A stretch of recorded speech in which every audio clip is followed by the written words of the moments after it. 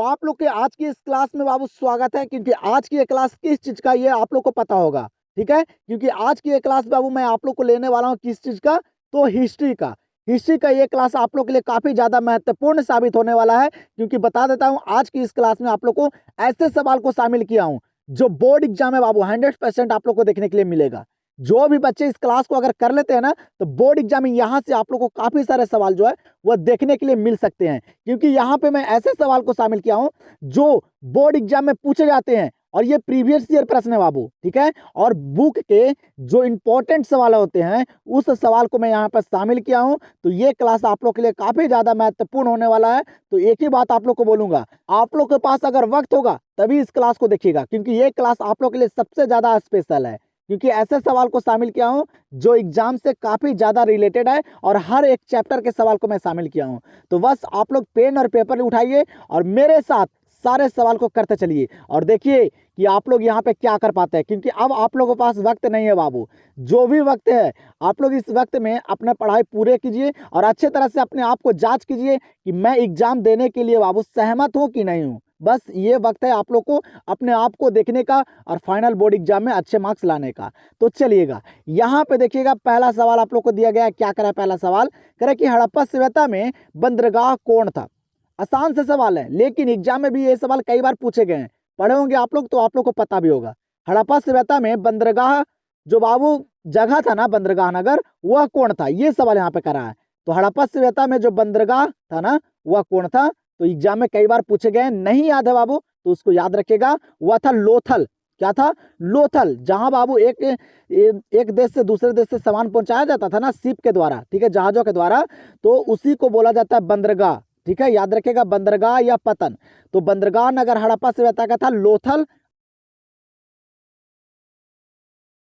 चलिएगा तो दूसरे नंबर सवाल को देखिएगा और बताइएगा जल्दी से। यहाँ पे क्या दिया गया है, दूसरा नंबर सवाल कह रहा है कि भारत में पहली रेल किन स्टेशनों के मध्य चली।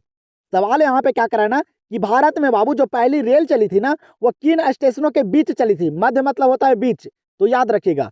तो भारत में बताइए आप लोग कि जो पहली रेल, जो पहली बार जो रेल चली थी ना, वो कहाँ से कहाँ चली। ये सवाल करा, एग्जाम में भी ये सवाल पूछे गए हैं। तो जल्दी से बताइएगा, हर एक चैप्टर का सवाल यहाँ पे शामिल किया हूँ जो एग्जाम में पूछे जाते हैं। इस क्लास को अगर आप लोग कर लेते हैं, बस बोर्ड एग्जाम में जाइए और यहाँ से काफी सारे सवाल को क्लियर करके आइए, ठीक है। वहां पे डबल सवाल पूछे जाते हैं, इसीलिए कि जो सवाल याद है उसको कीजिए, जो सवाल नहीं याद है उसको छोड़ के आइए।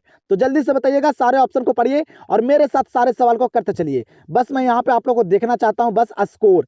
तो बताइएगा, भारत में पहली रेल किन स्टेशनों के मध्य चली, किन स्टेशनों के बीच चली। तो याद रखिएगा, बम्बे से ठाणे। क्या चली थी, बम्बे से ठाणे। एग्जाम में पूछे गए हैं, तो याद रखिएगा। आंसर यहाँ पे हो जाएगा ऑप्शन नंबर बी। 3 नंबर सवाल पे ध्यान दीजिएगा, ये 3 नंबर सवाल काफी ज्यादा इंपॉर्टेंट भी है, और एग्जाम में भी ये सवाल कई बार पूछे भी गए हैं और वो आप लोग को याद भी होगा।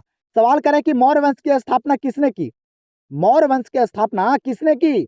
आसान सा सवाल है, लेकिन इस सवाल को यहाँ पे शामिल इसलिए किया हूँ कि ये एग्जाम में बाबू एक बार नहीं कई बार पूछे गए। एक बार क्वेश्चन बैंक उठाइए आप लोग, उसके बाद आप लोग को पता चल जाएगा। तो मौर्य वंश की स्थापना किसने की, तो याद होगा चंद्रगुप्त मौर्य ने। कौन किए थे, चंद्रगुप्त मौर्य ने बाबू मौर्य वंश की स्थापना किए थे। दम याद रखिएगा, रट जाइएगा। आंसर यहाँ पे हो जाएगा ऑप्शन नंबर ए। चलिएगा अगले सवाल पे ध्यान दीजिएगा। यहाँ पे क्या करा अगला सवाल, कि अशोक का संबंध किस वंश से है। अगला सवाल क्या करा है कि अशोक का संबंध जो है ना, वह किस वंश से है। यहाँ पे वंश के नाम दिया गया, जल्दी से बताइएगा।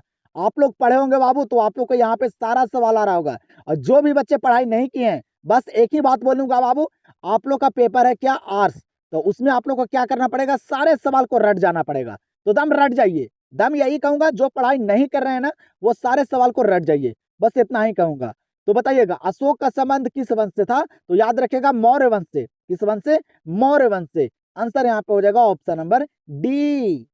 यहाँ पे देखिएगा अगले सवाल को और बताइएगा। यहाँ पे अगला सवाल करे कि दिल्ली किस नदी के किनारे स्थित है। दिल्ली जो है ये किस नदी के किनारे है, ये सवाल कर रहा है। ये भी सवाल पूछे गए हैं, याद रखना पड़ेगा आप लोग को। तो दिल्ली जो है ना बाबू, ये यमुना नदी के किनारे है। किस नदी के किनारे, यमुना नदी के किनारे। और यमुना नदी के पानी बाबू सबसे ज्यादा प्रदूषित है, तो याद रखिएगा कौन सी नदी सबसे ज्यादा प्रदूषित है, तो यमुना। ये भी सवाल एग्जाम में कई बार पूछे भी गए हैं। तो याद रखिएगा, दिल्ली किस नदी के किनारे है, तो यमुना नदी। आंसर हो जाएगा ऑप्शन नंबर बी। यहाँ पे देखिएगा अगले प्रश्न को और बताइएगा। ये सवाल भी एग्जाम में बहुत बार पूछे गए बाबू। बहुत बार पूछे गए। मैं बार बार आप लोग को बोल रहा हूँ ना कि एक बार आप लोग क्वेश्चन बैंक को जरूर पढ़िए, ठीक है। क्वेश्चन बैंक को मंगाकर एक बार जरूर देखिए कि कौन से सवाल बोर्ड एग्जाम में कई बार रिपीट किए जा रहे हैं, कौन से सवाल पूछे जा रहे हैं। उससे आप लोग को पता चलेगा कि किस लेवल के सवाल को याद करने पड़े, किस लेवल के सवाल पे ध्यान दे। इससे आप लोग को पता चल जाएगा क्वेश्चन बैंक से, ठीक है। बताइएगा, सवाल करा कि तलवंडी किसका जन्म स्थान है। तलवंडी जो है ना, वह बाबू किसका जन्म स्थान है, मतलब तलवंडी में किनका जन्म हुआ था। कई बार ये सवाल पूछेगा, ये सवाल याद होना चाहिए आप लोग को, तो याद रखिएगा। तलवंडी में जो जन्म हुआ था ना, वह हुआ था बाबू गुरु नानक को। किनको? गुरु नानक का जन्म हुआ था तलवंडी में। कई बार एग्जाम में पूछ दिए गए सवाल है, तो आंसर यहाँ पे हो जाएगा ऑप्शन नंबर सी। चलिएगा यहाँ पे बताइएगा बाबू, वो आप लोग को क्लास करने में मजा आ रहा है कि नहीं आ रहा है। इंजॉय लेकर क्लास कीजिए बाबू, ठीक है। सीरियसली ज्यादा मत लीजिए। मैं जब तक आप लोग के लिए यहाँ पे खड़ा हूं ना, जब तक आप लोग सीरियस मत लीजिए, क्योंकि मैं यहाँ पे आप लोग को इस तरह से सवाल करवाऊंगा हर एक चैप्टर का, हर एक विषय का ना, कि बोर्ड एग्जाम में 1% दिक्कत नहीं होगा, ठीक है। एग्जाम से पहले आप लोग को मैं इतना बढ़िया से सारा विषय का टेस्ट लूंगा। अभी तो मैं आप लोग को सिर्फ क्लास दे रहा हूँ ना, उसके बाद आप लोग देखिएगा कि किस तरह से आप लोग को मैं टेस्ट लेता हूँ। तो बस टेंशन मत लीजिए और अच्छे तरह से पढ़ाई कीजिए, बस यहाँ पे विश्वास बनाए रखिए। यहाँ पे देखिएगा अगला सवाल क्या करा है, कह रहा है हम्पी नगर किस साम्राज्य से संबंधित है। सवाल क्या करा है ना, हम्पी नगर जो है ये किस साम्राज्य से संबंधित है। इंपॉर्टेंट सवाल है। अब बस एक बात याद रखेगा बाबू, मैं जो भी सवाल करवाता हूँ ना, जो भी सवाल, वो सारे बाबू गेसिंग किए गए सवाल रहते हैं, बोर्ड एग्जाम से रिलेटेड सवाल रहते हैं। मैं फालतू के सवाल नहीं करवाता हूँ। जो बोर्ड एग्जाम में पूछे जाए सवाल, वही सवाल को मैं शामिल करता हूँ। तो बस विश्वास बनाए रखिए और अच्छे तरह से पढ़ाई कीजिए, हर एक क्लास को देखिए और पूरे अंत तक, और सारे सवाल को याद करने का कोशिश कीजिए, ठीक है। बस इतना भरोसा कीजिएगा, तभी आप लोग को बाबू बोर्ड एग्जाम में कुछ हो सकते हैं। तो बताइएगा, हम्पी नगर किस साम्राज्य से संबंधित है। ये है बाबू विजयनगर साम्राज्य से। इस नगर साम्राज्य से, विजयनगर साम्राज्य से। कई बार एग्जाम में भी ये सवाल पूछ दिए गए हैं, तो आंसर यहाँ पे हो जाएगा ऑप्शन नंबर डी। चलिएगा अगले प्रश्न को देखिएगा। आसान सा प्रश्न है, लेकिन एग्जाम के लिए काफी ज्यादा इंपॉर्टेंट सवाल है। सवाल करे कि पुराणों की संख्या कितनी है।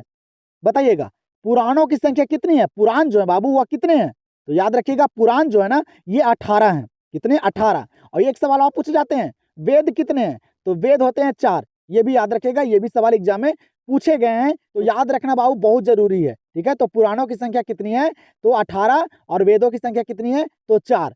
तो आंसर यहाँ पे इस सवाल के लिए क्या हो जाएगा, ऑप्शन नंबर ए। चलिएगा तो यहाँ पे ध्यान दीजिएगा, डेट वाले सवाल भी मैं आप लोग को यहाँ पे काफी सारा करवाऊंगा, बस अंत तक बने रहिएगा। सवाल यहाँ पे कह रहा है कि जलियांवाला बाग हत्याकांड कब हुआ।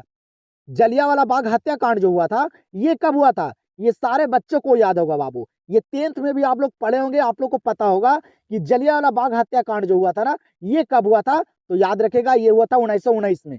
लेकिन इसका पूरा डेट है बाबू 13 अप्रैल 1919। ये भी याद रखेगा, 13 अप्रैल 1919 में हुआ था जलियांवाला बाग हत्याकांड। अमृतसर पंजाब में हुआ था, ठीक है। याद रखेगा 1900 से ज्यादा गोलियां वहां पे चलाई गई थी। तो आंसर यहाँ पे क्या हो जाएगा, ऑप्शन नंबर सी। चलिएगा तो यहाँ पे देखिएगा अगले सवाल को और बताइएगा जल्दी से। सवाल यहाँ पे क्या कर रहा है कि नूरजहां का संबंध किसके शासन काल से है। बताइए, नूरजहां का संबंध जो है ना, वो किसके शासन काल से है, जल्दी से बताइए। ऑप्शन को पढ़िए बाबू, सारे सवाल को करते चलिए मेरे से पहले, ठीक है। मैं देख पूछूंगा लास्ट में आप लोग से स्कोर, कि आप लोग कितने सवाल को यहाँ पे सही कर पाए, क्योंकि ये सारे सवाल इंपॉर्टेंट गेसिंग किए गए हैं। तो नूरजहां का संबंध जो है ना, वो किसके शासन काल से है, याद रखिएगा जहांगीर के। इसके जहांगीर के शासनकाल से बाबू नूरजहां का संबंध। तो आंसर यहाँ पे हो जाएगा ऑप्शन नंबर डी। चलिएगा यहाँ पे ध्यान दीजिएगा अगले प्रश्न पे। यहाँ पे क्या अगला प्रश्न आप लोग को दिया गया है, कह रहा कि पाकिस्तान का प्रथम प्रधानमंत्री कौन था। सवाल क्या करा है कि पाकिस्तान का बाबू जो पहला प्रथम प्रधानमंत्री थे वह कौन थे। ये भी सवाल कई बार पूछे गए हैं, इसको भी याद रखेगा। तो पाकिस्तान का जो प्रथम प्रधानमंत्री थे ना, वह थे लियाकत अली खां। कौन थे? लियाकत अली खां थे। ये थे बाबू पाकिस्तान के पहला जो प्रथम प्रधानमंत्री होते हैं वो थे। और भारत के पूछेगा पहला प्रधानमंत्री, तो ये सारे बच्चों को याद होगा, पंडित जवाहरलाल नेहरू। कौन थे?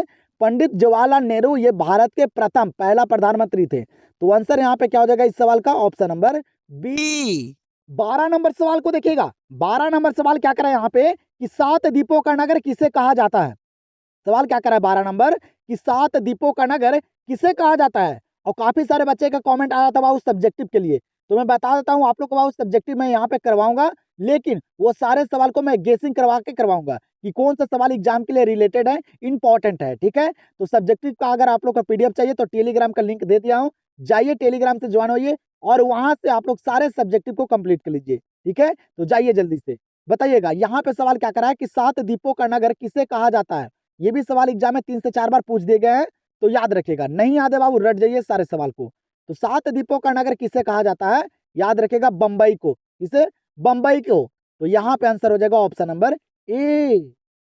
चलिएगा यहाँ पे बताइएगा, यहाँ पे क्या करा है सवाल, करा है कि कैबिनेट मिशन किस वर्ष भारत आया था।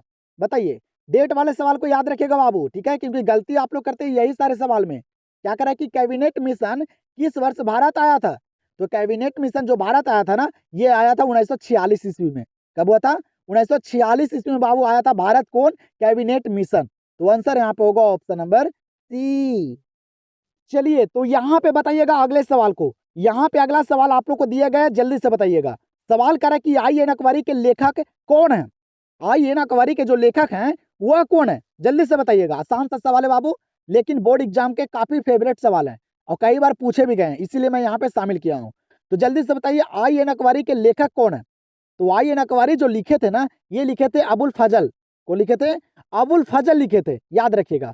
और एक बात और आप लोग को बताना चाहता हूँ बाबू, ठीक है, आप लोग को अगर पढ़ाई करना है ना, तो स्टडी बोर्ड एग्जाम जो आप लोग का ये चैनल है और स्टडी बोर्ड पॉइंट, ये दो चैनल पे मेरा क्लास मिलेगा।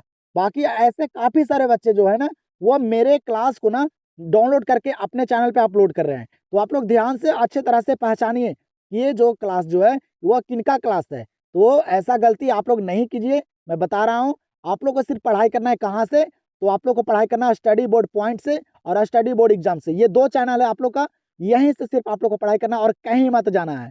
तो आप लोग बस यहाँ पे चैनल को सब्सक्राइब करके रखिए और अच्छे तरह से बाबू पढ़ाई कीजिए, क्योंकि मैं आप लोग के लिए यहाँ पे खड़ा हूँ, ठीक है। लास्ट तक बने रहूंगा, जब तक आप लोग का फाइनल बोर्ड एग्जाम ना हो जाता है, तब तक मैं यहाँ पे आप लोग के लिए रहूंगा। बस आप लोग पढ़ाई करने के लिए तैयार रहिए, ठीक है। अच्छे तरीके से हर एक सवाल को करवाऊंगा, हर एक सब्जेक्टिव क्लास को दूंगा बाबू, जो इंपॉर्टेंट हो। मैं सारा गेसिंग किया गया सवाल और इंपॉर्टेंट सवाल को ही करवाता हूँ, जो बच्चों को बोर्ड एग्जाम में बाबू काफी सहायक हो। तो आप लोग बस यहाँ पे बने रहिए, मेरे पे विश्वास कीजिए और कमेंट सेक्शन में अपना राय जरूर बताइए कि क्या आप लोग मेरे से सहमत हैं। आप लोग जरूर कमेंट सेक्शन में बताइए बाबू। बाकी मैं आप लोग के लिए यहाँ पे जी जान लगा दूंगा, बस आप लोग भी जी जान लगाइए, तभी कुछ हो सकता है। सेल्फ स्टडी सबसे ज्यादा जरूरी होता है। तो बस आप लोग जरूर बताइएगा कॉमेंट सेक्शन में अपना राय। तो यहाँ पे सवाल क्या करा था, आई एन अकबरी के लेखक कौन है, तो वह अबुल फजल जी हैं। आंसर यहाँ पे हो जाएगा ऑप्शन नंबर सी। चलिएगा बाबू यहाँ पे देखिएगा, यहाँ पे सवाल करा कि भारत का प्रथम मुगल शासक कौन था। भारत का पहला मुगल शासक जो था वह कौन था। यह भी आसान सा सवाल है, ठीक है, याद रखिएगा आप लोग। तो भारत का प्रथम जो पहला मुगल शासक था ना, वह था बाबर। कौन था, बाबर था, याद रखिएगा। आंसर यहाँ पे हो जाएगा ऑप्शन नंबर ए। और काफी सारे बच्चे को लग रहा हो कि मैं बहुत ज्यादा बकवास करता हूँ बाबू, ठीक है। मैं यहाँ पे आप लोग का सारा सवाल फास्ट करवाऊंगा, बस आप लोग मेरे साथ करने का क्षमता रखिएगा, ठीक है। तो चलिए सारे सवाल को आप लोग करते चलिएगा।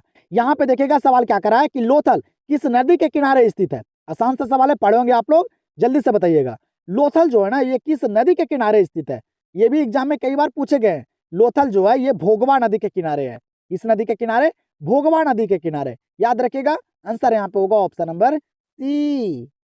चलिएगा बाबू यहाँ पे देखिएगा अगले प्रश्न को और बताइए जल्दी से। यहाँ पे अगला सवाल करे कि पन किस धातु का सिक्का था। पन जो यहाँ पे दिया गया है बाबू, ये पन जो है ना, ये किस धातु का सिक्का था, बताइएगा। सोना का था, चांदी का था, तांबा का था कि कांस्य का था। ऑप्शन को पढ़िएगा आप लोग। तो पन जो है ना, ये किस धातु का सिक्का था, याद रखिएगा चांदी का। किसका, किस धातु का बाबू पन जो बना हुआ था, तो चांदी का सिक्का था। आंसर यहाँ पे हो जाएगा ऑप्शन नंबर बी। चलिएगा बाबू तो यहाँ पे बताइएगा, ये भी सवाल कई बार एग्जाम में पूछे गए हैं, इंपॉर्टेंट सवाल भी है और काफी सारे बच्चों को याद भी होता है। सवाल करे कि सिंधु सभ्यता में विशाल अनागर कहाँ मिला है। सवाल यहाँ पे क्या करे बाबू, सिंधु सभ्यता में विशाल अनागर जो मिला है ना, ये कहाँ मिला है। इंपॉर्टेंट सवाल है, तो याद रखिएगा जब भी सवाल पूछे विशाल अनागर जो मिला है ना, ये कहाँ मिला है, तो ये मिला है मोहनजोदाड़ो से। अनागर का मतलब होता है बाबू जहाँ अनाज रखे जाते हैं, ठीक है। और स्नागर मतलब स्नान घरे को पूछे जाते हैं, ठीक है। तो दोनों में अंतर है, ठीक है, याद रखिएगा अच्छी तरह से। तो यहाँ पे विशाल अनागर करा है, तो ये मोहनजोदाड़ो से मिला है। आंसर यहाँ पे हो जाएगा ऑप्शन नंबर डी। 19 नंबर सवाल को देखिएगा और बताइएगा। 19 नंबर सवाल क्या करें यहाँ पे कि विजयनगर साम्राज्य की स्थापना कब हुई। विजयनगर साम्राज्य की जो स्थापना हुई थी, ये कब हुई थी, जल्दी से बताइएगा। तो बाबू विजयनगर साम्राज्य की स्थापना जो हुई ना, ये हुई थी 1336 में। कब हुई थी, 1336 में। एग्जाम में ये सवाल पूछे गए हैं, इस डेट को याद रखिएगा। विजयनगर से काफी सारे सवाल पूछे भी जाते हैं, ठीक है, तो ध्यान दीजिएगा। तो विजयनगर साम्राज्य की स्थापना कब हुई? 1336 में हुई थी। आंसर यहाँ पे हो जाएगा ऑप्शन नंबर सी। और आप लोग से मैं बाबू बहुत ही बड़ी बात बोलने जा रहा हूँ, ठीक है। जब भी आप लोग का मन बाबू करे कि किसके लिए पढ़ूं और काहे लगी पढ़ूं, तो आप लोग अपने पीछे दो चेहरे को खड़े हुए देख लीजिएगा, जो आप लोग का माता पिता हैं, ठीक है। उनको देखिए कि मैं किसके लिए पढ़ूं, ठीक है। वो आप लोग के बाबू कामयाबी के इंतजार कर रहे हैं, ठीक है, और आप लोग के लिए काफी ज्यादा मेहनत कर रहे हैं, आप लोग देख सकते हैं। तो आप लोग को जब भी मन करे बाबू कि मैं किसके लिए पढ़ूं, काहे लगी मेहनत करूं, तो एक बार अपने माता पिता को देख लीजिएगा कि वो अभी क्या कर रहे हैं और किसके लिए कर रहे हैं। वो मेरे लिए कर रहे हैं कि वो अपने लिए कर रहे हैं, बस एक बार देख लीजिएगा। तब आप लोग को समझ में आएगा कि मुझे करना चाहिए उनके लिए कि नहीं करना चाहिए। वो अगर अपने आप के लिए कर रहे हैं तो मैं भी उनके लिए नहीं करूंगा, बस एक बार देख लीजिएगा, ठीक है। जब भी आप लोग को पढ़ने का मन ना करे, तो आप लोग के बाबू कामयाबी के इंतजार कर रहे हैं, तो मेहनत कीजिए, बस इतना ही कहूंगा। मेहनत कीजिए और अच्छे तरह से मन लगाकर पढ़िए। हर एक सवाल को देखिए, हर एक चीज को देखिए, जिसमें आप लोग को दिक्कत आ रहा है उसको सबसे ज्यादा पढ़िए, ठीक है। यहाँ पे ध्यान दीजिएगा। यहाँ पे अगला सवाल करा कि हरियर एवं बुक्का किस वंश के शासक थे। सवाल क्या करा है? हरियर एवं बुक्का किस वंश के शासक थे। तो हरियर एवं बुक्का जो थे ना बाबू, ये संगम वंश के शासक थे। इस वंश के, संगम वंश के, याद रखिएगा। आंसर यहाँ पे हो जाएगा ऑप्शन नंबर ए। और आप लोग से मैं बार बार एक ही सवाल कर रहा हूँ बाबू, जो भी बच्चे पढ़ाई नहीं कर रहे हैं, जिनको बाबू तैयारी नहीं है, अभी भी वक्त है, लगे रहिए, ठीक है। अभी भी वक्त है, आप लोग अगर कोशिश कीजिएगा ना बाबू, तो अभी भी आप लोग का सिलेबस कंप्लीट हो जाएंगे और अच्छे तरह से सारे सवाल को याद भी कर लेंगे। तो बस आप लोग को अपने आप पे विश्वास होना चाहिए, ठीक है। यहाँ पे देखिएगा सवाल क्या करा है कि बुद्ध का बचपन का नाम क्या था। जो बुद्ध भगवान थे, गौतम बुद्ध थे, उनका बचपन का नाम जो था वह क्या था। एग्जाम में भी ये सवाल कई बार पूछ दिए गए हैं, तो याद रखिएगा इनका बचपन का नाम, बुद्ध का बचपन का नाम था बाबू सिद्धार्थ। क्या नाम था? सिद्धार्थ नाम था। आंसर यहाँ पे होगा ऑप्शन नंबर बी। चलिएगा यहाँ पे देखिएगा अगले प्रश्न को। यहाँ पे अगला प्रश्न करा है कि कालीबंगा कहाँ स्थित है। सवाल क्या करें यहाँ पे अगला कि कालीबंगा कहाँ स्थित है। ये भी इंपॉर्टेंट सवाल है, इसको भी याद रखिएगा। कालीबंगा जो है ना, ये राजस्थान में है। कहाँ? राजस्थान में, याद रखिएगा। कालीबंगा कहाँ स्थित है? राजस्थान में। आंसर हो जाएगा ऑप्शन नंबर डी। चलिएगा बाबू, तो अगले सवाल पे ध्यान दीजिएगा और बताइएगा। यहाँ पे अगला सवाल क्या करा कि गांधी इरविन समझौता कब हुआ। गांधी इरविन समझौता जो हुआ था, ये कब हुआ था। ये भी पूछे गए सवाल है, याद रखिएगा डेट वाले को बाबू। बार बार बोल रहा हूँ, डेट वाले सवाल में गलती करते हैं आप लोग, ध्यान दीजिएगा और अच्छे तरह से याद रखिएगा। गांधी इरविन समझौता जो हुआ था, ये कब हुआ, तो याद रखिएगा ये हुआ था 1931 में। कब हुआ था? 1931 में हुआ था गांधी इरविन समझौता। तो आंसर यहाँ पे हो जाएगा ऑप्शन नंबर सी। चलिएगा, तो यहाँ पे ध्यान दीजिएगा अगले प्रश्न पे। अगला प्रश्न आप लोग को यहाँ पे दिया गया है, क्या करा है कि अलबरूनी किसके साथ भारत आया। सवाल क्या करा है? अलबरूनी किसके साथ भारत आया, बताइएगा। ऑप्शन को पढ़िए बाबू। देखिए कितने सवाल आप लोग को याद है, यहाँ पे पता चल जाएगा कि किस तरह का तैयारी आप लोग को क्या करेंगे आप लोग बोर्ड एग्जाम में। क्योंकि बाबू एग्जाम जो है वह नजदीक आ रहा है, समय रुकने वाला नहीं है। आप रुक सकते हैं लेकिन समय रुकने वाला नहीं है, मैं बार बार बोल रहा हूँ। तो आज यहाँ पे पता चल जाएगा कि किस तरह का तैयारी है। अगर आप लोग मेरे साथ सारे सवाल को कर रहे होंगे तो अपने आप पे गर्व होगा, अपने आप पे महसूस होगा कि मैं क्या कर रहा हूँ, मेरा तैयारी क्या है, मैं पढ़ाई कर रहा हूँ कि नहीं। आज यहाँ पे पता चल जाएगा अगर सारे सवाल को कर रहे होंगे पेन और पेपर लेकर मेरे साथ तब, ठीक है। बताइएगा अल बरूनी किसके साथ भारत आया। तो अल बरूनी जो आया था ना भारत बाबू, ये आया था महमूद गजनी के साथ। किसके साथ? महमूद गजनी के साथ आया था भारत। तो आंसर यहाँ पे होगा ऑप्शन नंबर ए। और आप लोग को बाबू जिस विषय में दिक्कत है ना, आप लोग कमेंट सेक्शन में बताइए और अपना राय जरूर बताइएगा, ठीक है। मेरे प्रति अपना राय जरूर बताइएगा। बस मैं जानना चाहता हूँ, सारे बच्चे का हर एक कमेंट पढ़ता हूँ मैं, ठीक है। तो कमेंट करना नहीं भूलिएगा। यहाँ पे देखिएगा सवाल क्या करा है, गुप्त काल में कौन चीनी यात्री भारत आया था, बताइएगा। जब बाबू गुप्त काल का समय था ना, जब शासन काल था, तब उस समय चीनी यात्री मतलब चीन के जो यात्री था वह भारत आया था ना, वह कौन था, ये सवाल कर रहा है। तो बताइएगा बाबू, आप लोग को बोर्ड एग्जाम में सवाल घुमा घुमा के ही पूछे जाएंगे, बस याद रखेगा अच्छे तरह से तो दिक्कत नहीं होगा। तो गुप्त काल में कौन चीनी यात्री भारत आया था, याद रखेगा फयान आया था। कौन आया था? फयान आया था बाबू भारत गुप्त काल में। तो याद रखेगा आंसर यहाँ पे हो जाएगा ऑप्शन नंबर बी। 26 नंबर सवाल पे ध्यान दीजिएगा, क्या करें यहाँ पे 26 नंबर सवाल करें कि शेरशाह का मकबरा कहाँ है। 26 नंबर सवाल क्या कराना है कि शेरशाह का मकबरा कहाँ है, पता होगा आप लोग को। शेरशाह का मकबरा कहाँ है बाबू, तो ये है सासाराम में। पूछे गए सवाल है, याद रखिएगा। शेरशाह का मकबरा कहाँ है? सासाराम में है, याद रखिएगा। आंसर यहाँ पे हो जाएगा ऑप्शन नंबर डी। चलिएगा बाबू, यहाँ पे देखिएगा अगले सवाल को, 27 नंबर सवाल को। क्या करें यहाँ पे 27 नंबर सवाल कि दीन इलाही किससे संबंधित है। सवाल यहाँ पे क्या करा है कि दीन इलाही किससे संबंधित है, ये सवाल यहाँ पे करा है। ये भी काफी ज्यादा इंपॉर्टेंट है, इससे भी काफी सारे सवाल एग्जाम में हर साल पूछे जाते हैं। तो दीन इलाही जो बाबू संबंधित है ना, ये संबंधित है अकबर से। किससे? अकबर से। एक सवाल और पूछे जाते हैं, दीन इलाही कब शुरू हुआ था, तो ये भी याद रखिएगा 1882 में। कब हुआ था? 1882 में। ये डेट एग्जाम में कई बार पूछे गए हैं। 1882 में दीन इलाही शुरू हुआ था, लेकिन किससे संबंधित है ये? तो अकबर से संबंधित है। तो दम याद रखिएगा। आंसर यहाँ पे हो जाएगा ऑप्शन नंबर बी। और मैं आप लोग से बस एक राय जानना चाहता हूँ बाबू, मैं जो क्लास करवाता हूँ वो आप लोग को करने में मजा आता है कि नहीं आता है? आप लोग एक बार बस कमेंट सेक्शन में बता दीजिए, मैं सारे बच्चे का रिप्लाई करूंगा। बस एक बार बाबू आप लोग कमेंट सेक्शन में बता दीजिए कि मैं जो क्लास करवाता हूँ उसे करने में मजा आता है कि नहीं आता है, कैसा लगता है आप लोग को मेरा क्लास। बस एक बार जरूर आप लोग कमेंट सेक्शन में बताइएगा, मैं सारे बच्चे का रिप्लाई करूंगा। बस मैं उसी के चलते मैं यहाँ पे बैठा हूँ।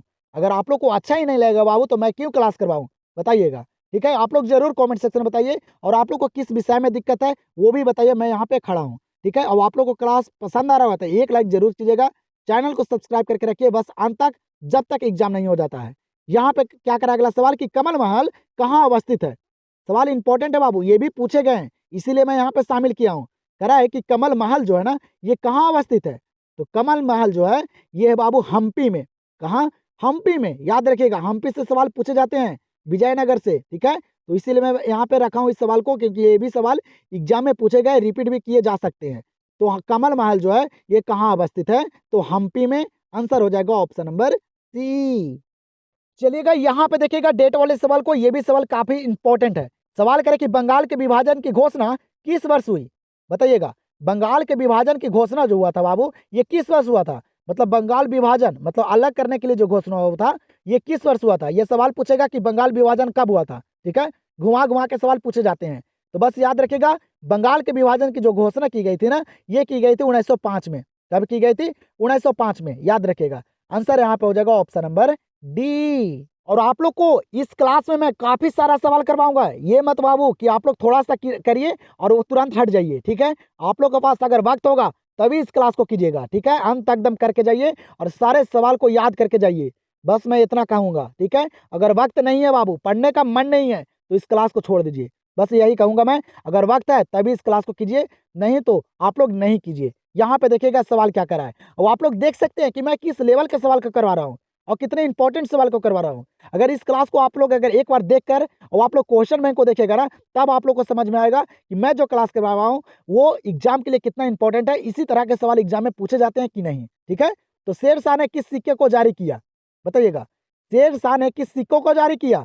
तो शेर शाह जो सिक्का जारी किए थे ना, वह किए थे रुपया। क्या किए थे? रुपया। और मैं इतना बोलता हूँ, इतना समझाता हूँ आप लोग के लिए, क्योंकि आप लोग बाबू सोचते हैं कि मैं आर्ट्स से हूँ, लास्ट में 2 महीना पढ़ के मैं अच्छा रैंक ला सकता हूँ, अच्छे नंबर ला सकता हूँ। ये नहीं होगा, कभी नहीं होगा। ठीक है, बाद में आप लोग पछताइएगा बाबू। वक्त है, पढ़ाई कर लीजिए। मैं आप लोग के लिए बस इतना बोलता हूँ, आप लोग को जो भी लगे। ठीक है, शेर शाह ने किस सिक्कों को जारी किया था? तो रुपया को। आंसर यहाँ पे हो जाएगा ऑप्शन नंबर बी। चलिएगा, तो 31 नंबर सवाल को देखिएगा और बताइएगा। यहाँ पे 31 नंबर सवाल क्या करे आप लोग का कि धर्म की शुरुआत किसने की थी? धर्म की शुरुआत किसने की थी? ये भी सवाल एग्जाम में पूछे जाते हैं बाबू, याद रखिएगा, पूछे भी गए हैं। तो धर्म की शुरुआत जो किए थे ना, वह किए थे अशोक। कौन किए थे? अशोक। याद रखिएगा, धर्म की शुरुआत किसने की? तो अशोक ने। आंसर हो जाएगा ऑप्शन नंबर सी। यहाँ पे ध्यान दीजिएगा अगले सवाल पे। यहाँ पे अगला सवाल क्या करा कि विजयनगर साम्राज्य में कितने वंशों ने शासन किया, बताइएगा। ये भी आसान सा इंपॉर्टेंट सवाल है बाबू, जल्दी से बताइए। विजयनगर साम्राज्य में कितने वंशों ने शासन किया, मतलब कितने वंश जो थे वह शासन किए थे कहाँ? विजयनगर में। बताइएगा जल्दी से। याद रखिएगा, 4 वंशों ने। कितने? 4 वंशों ने बाबू विजयनगर साम्राज्य में शासन किए थे। याद रखिएगा इसको। यहाँ पे आंसर हो जाएगा ऑप्शन नंबर बी। तो चलिएगा अगले सवाल को देखिएगा। अब आप लोग को मैं बाबू थोड़ा सा फास्ट कराऊंगा। ठीक है, सारे सवाल को थोड़ा सा फास्ट करवाऊंगा, अब आप लोग मेरे साथ सारे सवाल को करते चलिएगा। कम समय में कोशिश करूंगा आप सारे सवाल को कराने का। तो बताइएगा, यहाँ पे सवाल कह रहा है कि जय हिंद का नारा किसने दिया? नारा से भी सवाल पूछे जाते हैं। तो बताइए जल्दी से, जय हिंद का नारा किसने दिया? तो जय हिंद का नारा दिए थे कौन? तो सुभाष चंद्र बोस दिए थे। कौन दिए थे? सुभाष चंद्र बोस। मेरे से पहले आप लोग सारे सवाल को करते चलिएगा, सारे ऑप्शन को पढ़कर। तो जय हिंद का नारा दिए थे सुभाष चंद्र बोस ने। आंसर होगा ऑप्शन नंबर डी। यहाँ पे ध्यान दीजिएगा, काफी इंपॉर्टेंट सवाल यहाँ पे दिया गया है। क्या करा अगला सवाल कि स्वतंत्र भारत का प्रथम गवर्नर जनरल कौन था। सवाल यहाँ पे क्या रहा है कि बाबू जब स्वतंत्र भारत हुआ, जब भारत आजाद हुआ था ना, तब सबसे पहले जो प्रथम गवर्नर जनरल थे वह कौन थे। ये भी सवाल एग्जाम में पूछे जाते हैं घुमा घुमा के बाबू, तो याद रखिएगा इस सवाल को।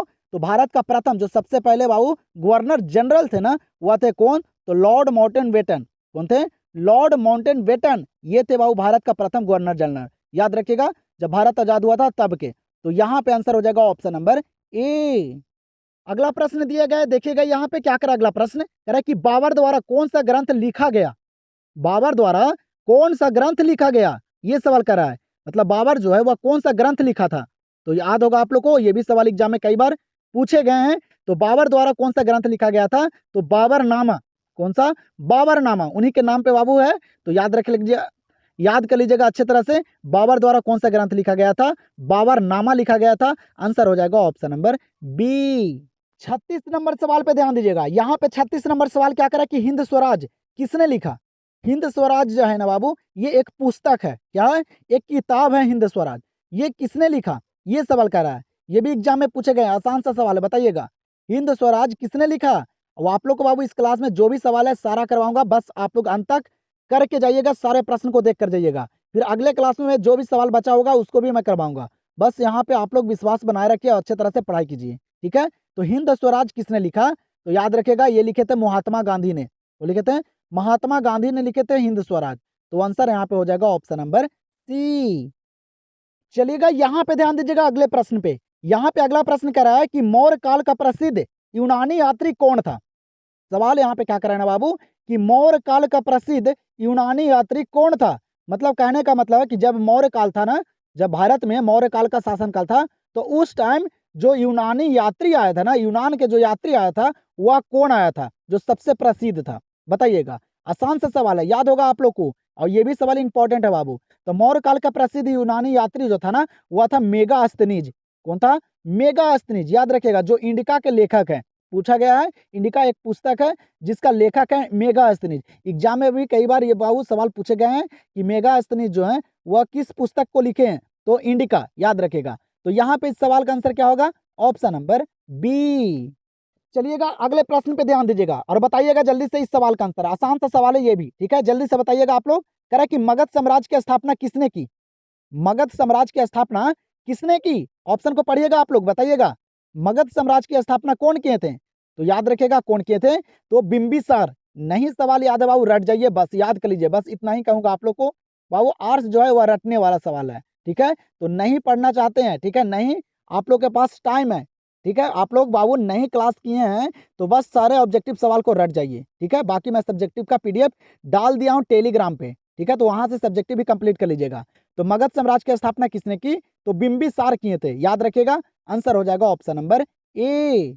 39 नंबर सवाल दिया गया है आप लोग को, बताइएगा यहाँ पे 39 नंबर सवाल को क्या करा कि फतेहपुर सीकरी को किसने राजधानी बनवाया।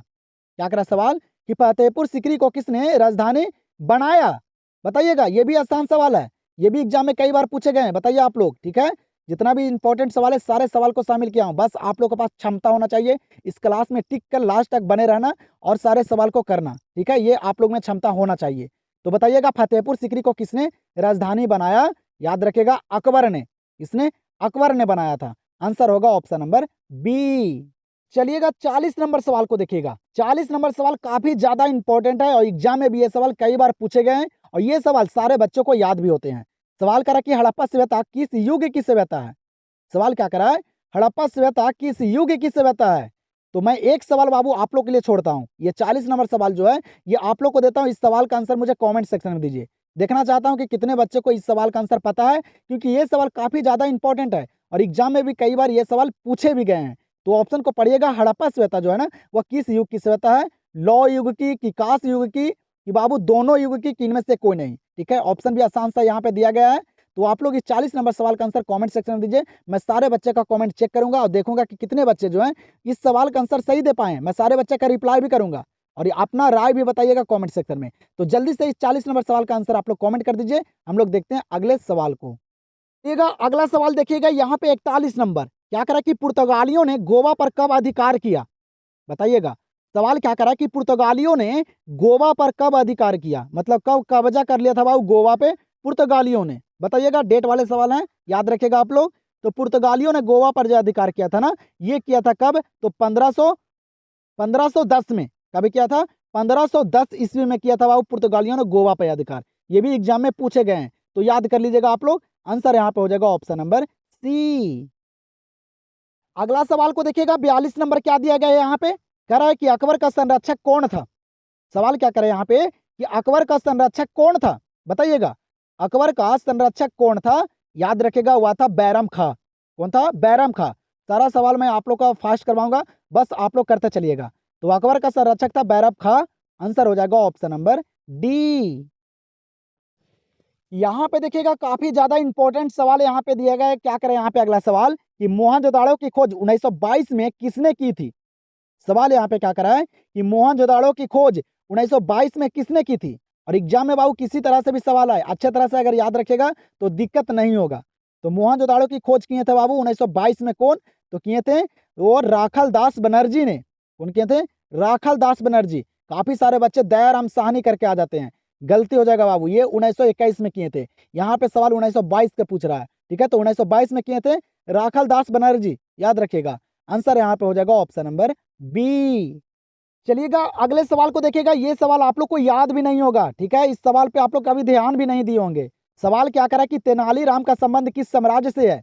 लेकिन ये सवाल बाबू पेपर में पूछे गए हैं, 2023 के पेपर में ये सवाल पूछे गए हैं। तो याद रखिएगा, तेनालीराम का संबंध किस साम्राज्य से है? तो याद रखिएगा, वह है विजयनगर साम्राज्य से। कहां से? विजयनगर साम्राज्य से तेनालीराम का संबंध है। तो इसको भी याद रखिएगा बाबू, ये भी इंपॉर्टेंट सवाल है क्योंकि बोर्ड एग्जाम में पूछ दिए गए हैं। तो आंसर यहाँ पे हो जाएगा ऑप्शन नंबर ए। चलिएगा, 45 नंबर सवाल को देखिएगा। 45 नंबर से क्या करा यहाँ पे कि दहसाला प्रणाली किस शासक ने शुरू किया? दहसाला प्रणाली जो शुरू किए थे वह कौन से शासक किए थे? ऑप्शन यहाँ पे दिया गया है, बताइएगा। अकबर, हुमायूं, अकबर, बाबर, जहांगीर। यहाँ पे कौन, किसके शासक काल में बाबू दहसाला प्रणाली शुरू हुआ था? तो याद रखेगा, अकबर के। किसके? अकबर के शासन काल में दहसाला प्रणाली शुरू किया गया था। तो आंसर यहाँ पे होगा ऑप्शन नंबर सी। चलिएगा, यहाँ पे देखिएगा अगले सवाल को। यहाँ पे अगला सवाल कर रहा है कि डांडी किस राज्य में स्थित है? डांडी एक जगह है बाबू, ठीक है, आप लोग पढ़े होंगे डांडी यात्रा, ठीक है। तो डांडी जो है ना, एक जगह है, ये किस राज्य में स्थित है? तो पता होगा आप लोग को, ये गुजरात में है। कहाँ? डांडी जो है ये गुजरात में है। और डांडी यात्रा पूछता है, डांडी यात्रा जो हुआ था ना, ये हुआ था 1930 में। और कौन किए थे? तो महात्मा गांधी किए थे, जिसे नमक सत्याग्रह भी कहा जाता है। क्या कहा जाता है? नमक सत्याग्रह। तो इसको भी याद रखिएगा, 1930 में हुआ था डांडी यात्रा, जो महात्मा गांधी द्वारा, ठीक है। लेकिन ये किस जगह पे है डांडी? तो ये है गुजरात में। आंसर हो जाएगा ऑप्शन नंबर डी।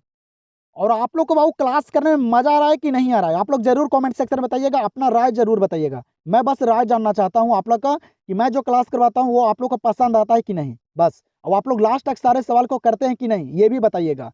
क्योंकि काफी सारे बच्चे होते हैं, थोड़ा सा क्लास देके फिर छोड़ दिए, वो ऐसा नहीं करना चाहिए। क्योंकि बाबू हर एक सवाल को मैं शामिल करता हूँ जो एग्जाम से रिलेटेड हो और इम्पोर्टेंट हो। तो मेरे क्लास को कभी भी भूल कर बाबू आधा मत कीजिएगा, ठीक है। यहाँ पे बताइएगा, अशोक के अभिलेख किस भाषा में है? अशोक जो अभिलेख दिए हैं बाबू, जो अशोक का अभिलेख है ना, वह किस भाषा में है? तो याद रखिएगा, ये प्राकृत भाषा में है। किस भाषा में? प्राकृत भाषा में। आंसर हो जाएगा ऑप्शन नंबर बी। चलिएगा, यहाँ पे देखिएगा अगले सवाल को और बताइएगा। यहाँ पे अगला सवाल कर रहा है कि राजतरंगिणी किसने लिखा था? सवाल क्या कर रहा है कि राजतरंगिणी किसने लिखा था, मतलब राजतरंगिणी के जो लेखक हैं वह कौन है? ये सवाल यहाँ पे कर रहा है, तो जल्दी से बताइएगा। राजतरंगिणी बाबू कौन लिखे थे? ये एक पुस्तक है राजतरंगिणी, जिसमें बाबू कहाँ के बारे में है? तो ये जम्मू कश्मीर के राजा के बारे में राजतरंगिणी में लिखा गया है। तो इसका लेखक कौन है राजतरंगिणी के? तो याद रखिएगा, वह है कलहन। एग्जाम में पूछे गए हैं, कलहन लिखे बाबू राजतरंगिणी। आंसर होगा ऑप्शन नंबर ए। चलिएगा, अगले सवाल को देखिएगा, और काफी ज्यादा इंपॉर्टेंट सवाल है, ठीक है। इसको याद रखिएगा, आप लोग एग्जाम में देखने के लिए आप लोग को मिल सकते हैं। सवाल यहाँ पे कह रहा है कि विजयनगर साम्राज्य से संबंधित वंश है। अब आप लोग के यहाँ पे बाबू मैं हड़प्पा सभ्यता से बहुत ही कम सवाल करवाया हूँ, क्योंकि हड़प्पा सभ्यता वाला जितना भी सवाल है ना, वो मैं अगले क्लास में दूंगा अच्छे तरह से। और वो सवाल सारे बच्चों को याद होता है, इसीलिए मैं वो सारे सवाल को कम रखा हूँ यहाँ पे, ठीक है। ज्यादा मैं कोशिश किया हूँ वो सारे चैप्टर के सवाल को यहाँ पे रखने का, जिस पे आप लोग फोकस नहीं देते हैं और याद नहीं करते हैं, जो एग्जाम में पूछे भी जाते हैं। तो याद रखिएगा आप लोग अच्छे तरह से। यहाँ पे देखिएगा ये सवाल काफी इंपॉर्टेंट है, विजयनगर साम्राज्य से संबंधित वंश है, यहाँ पे वंश पूछ रहा है बाबू जो विजयनगर साम्राज्य से संबंधित है। तो याद रखिएगा संगम वंश और सुलभ वंश और तुलुभ वंश, ये तीनों वंश जो है ना ये विजयनगर साम्राज्य से संबंधित है। तो ये तीनों वंश को याद रखिएगा अच्छे तरह से। तो आंसर यहाँ पे क्या होगा, इनमें से सभी, ऑप्शन नंबर डी। अगला सवाल यहाँ पे देखिएगा 50 नंबर, क्या करें यहाँ पे 50 नंबर सवाल करें कि महात्मा गांधी के बचपन का क्या नाम था। सवाल यहाँ पे क्या करें 50 नंबर कि महात्मा गांधी के बचपन का जो नाम था वह क्या नाम था। ये भी सवाल एग्जाम में 2 से 3 बार पूछ दिए गए हैं। तो इनका बचपन का नाम याद रखेगा महात्मा गांधी के बाबू, ठीक है। और आप लोग को बताता हूँ आज की इस क्लास में मैं 50 ही सवाल करवाऊंगा। कितने? 50 ही सवाल करवाऊंगा जो काफी ज्यादा इंपॉर्टेंट से आप लोग देख सकते हैं, और जो भी सवाल बचे हुए हैं उसको मैं अगले क्लास में दूंगा बाबू, ठीक है। बस यहाँ पे बने रहिए, इस चैनल को सब्सक्राइब करके रखिए, क्लास पसंद आए तो वीडियो को लाइक भी कीजिएगा, टेलीग्राम से जरूर जुड़ेगा क्योंकि वहाँ पे मैं हिस्ट्री के सारे ऑब्जेक्टिव पीडीएफ को मैं डाल दिया हूँ, और वहाँ से सारे ऑब्जेक्टिव पीडीएफ को भी आप लोग डाउनलोड कर लीजिए और चैप्टर बाय चैप्टर है और अच्छे तरह से याद कर लीजिए, ठीक है। तो टेलीग्राम का लिंक मैं दे दिया हूँ, जल्दी से जाकर टेलीग्राम को ज्वाइन कर लीजिए आप लोग, ठीक है। तो बताइएगा यहाँ पे इस सवाल का आंसर, और आप लोग को 50 ही सवाल करवाऊंगा मैं, ठीक है। तो अगले क्लास में आप लोग को कोशिश करूंगा 50 से ज्यादा सवाल देने का। तो बस यहाँ पे बने रहिए और अच्छे तरह से पढ़ाई कीजिए, और आप लोग देखिएगा कि मैं जो सवाल यहाँ पे करवाया हूँ वह किस लेवल का सवाल था और कितना इंपॉर्टेंट थे। आप लोग एक बार क्वेश्चन बैंक को पढ़िएगा, ठीक है। यहाँ पे सवाल करें कि महात्मा गांधी के बचपन का क्या नाम था, तो इनके बचपन का नाम था बाबू मोनिया। क्या नाम था? मोनिया। एग्जाम में पूछे गए, तो आप लोग भी याद रखिएगा गांधी जी के बचपन का नाम। तो आंसर यहाँ पे हो जाएगा ऑप्शन नंबर बी। तो आप लोग बाबू अपना स्कोर बताइए, 50 में आप लोग कितने सवाल को सही किए हैं ये आप लोग कमेंट सेक्शन में बताइए, ठीक है। और आप लोग अपना राय बाबू जरूर कमेंट सेक्शन में बताइए मेरे प्रति, मैं जानूंगा कि मैं आप लोग का क्लास अच्छा करवाता हूं कि नहीं करवाता हूं। आप लोग का कमेंट का मैं इंतजार करूंगा और रिप्लाई भी करूंगा। तो चलिए मिलते हैं अगले क्लास में, चैनल से जुड़ना नहीं भूलिएगा।